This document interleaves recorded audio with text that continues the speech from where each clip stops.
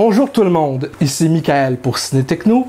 Aujourd'hui, j'aimerais vous donner mon avis sur le film taïwanais Creepy Crawly. C'est un film qui justement est uniquement en langue thaï, mais avec des sous-titres en anglais. Avant de parler un peu du film, je vais parler de ce que le film contient. En gros, t'as juste le film sur un seul disque et t'as aucun bonus si ce n'est la bande-annonce, je pense, qui est incluse. Comment parler du film sans trop en divulguer? C'est un film de monstre, si je peux dire, qui est assez intéressant, je dois dire. Un film où c'est un genre de gros mille pattes géant. Honnêtement, l'idée est vraiment intéressante, mais je pense que pour un film de 1h32, ça manque de substance un peu. Je sais, c'est rare que je dis quoi vraiment, que je suis comme plus mitigé sur un film depuis que je fais des critiques pour Ciné Techno. Mais vraiment, ce film-ci m'a laissé sur ma faim d'un certain point de vue et aussi assez mitigé par rapport au développement global du film. Surtout vu le fait que, comme je disais, c'est un film de 1h32.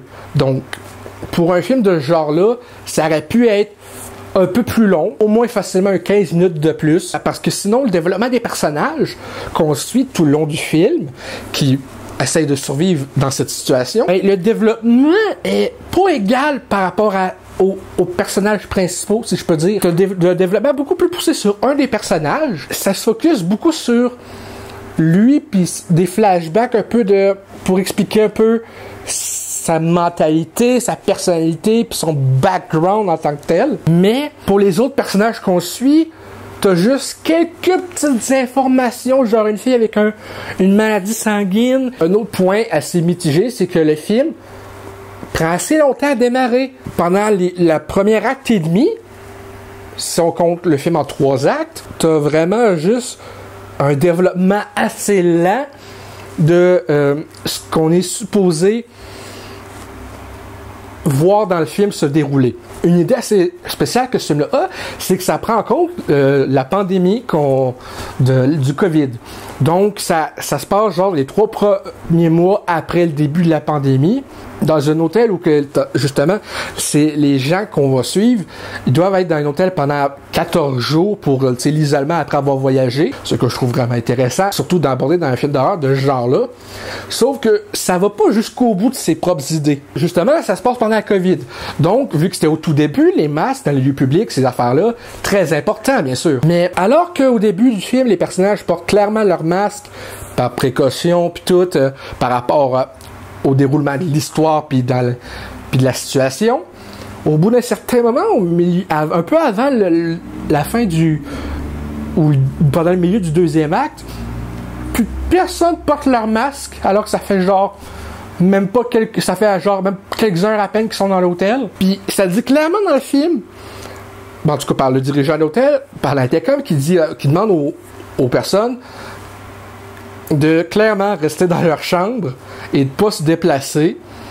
Pourtant, tout le long du film, tu as du monde qui se déplace, puis il n'y a aucune conséquence à ça. Ils sont peut-être avertis quelques fois, mais aucune grosse conséquence. Fait que justement, à ce niveau-là, niveau logique, ça va pas jusqu'au bout de ses idées et ça respecte encore moins la logique de, justement, la situation de la pandémie, surtout à ses débuts. À ce niveau-là, c'est assez dommage.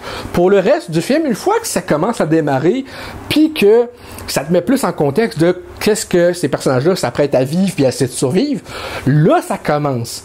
Sauf que c'est assez lent puis décevant par rapport au reste du film jusqu'à maintenant. Avant un certain point dans le film, avant ça, c'est genre, on sait que vous êtes un genre de gros mille pattes, mais t'as aucun background sur la créature, puis avant que cette créature-là, on la voit, comme sur la pochette, avant ça, tu vois juste genre des mille pattes en effets spéciaux, sortir des grilles d'aération, des robinets, du drain de bain. Ça manque de finition, ces effets-là, malheureusement. Mais le reste, comme je disais, une fois que ça commence à se dérouler, puis que carnage s'ensuit, si je peux dire, là, ça commence à être vraiment intéressant. Tu veux que certains personnages survivent, bien sûr. Il y en a d'autres que t'aimes pas du tout depuis le début. C'est normal, c'est comme des antagonistes, si je peux dire, ou des personnages tout simplement moins développés puis qui sont là juste pour avoir une mort satisfaisante. Mais pour un film justement qui s'appelle Creepy Crawly, puis que c'est une créature qu'on voit très peu finalement dans le produit final global, c'est décevant. Niveau canage, c'est correct, mais c'est vraiment par rapport au développement global, puis aux promesses et aux idées que le film a, puis que ça ne tient pas entièrement. Fait que c'est vraiment juste le principal problème. Mais ça reste que si c'était un court-métrage ou que c'était vraiment juste genre à partir du moment où tout tourne en chenoute, là, ça aurait pu être vraiment meilleur. Mais pour un produit global, pour moi, c'est un 5 sur 10. Ça reste très regardable. Mais attendez-vous pas à un film genre de monstre habituel ou un gros slasher avec une créature, parce que globalement, j'ai déjà vu mieux dans ce concept-là. Mais aussi, j'ai clairement vu pire. Donc voilà, ça va être tout pour ces critiques de Creepy Crawly pour Ciné Techno. Si ça vous a plu, n'hésitez pas à nous le dire dans les commentaires, à laisser un pouce bleu, c'est bien apprécié, et un abonnement à la chaîne pour de nouvelles vidéos très régulièrement. Sur ce, c'était Michael, et je vous dis à bientôt!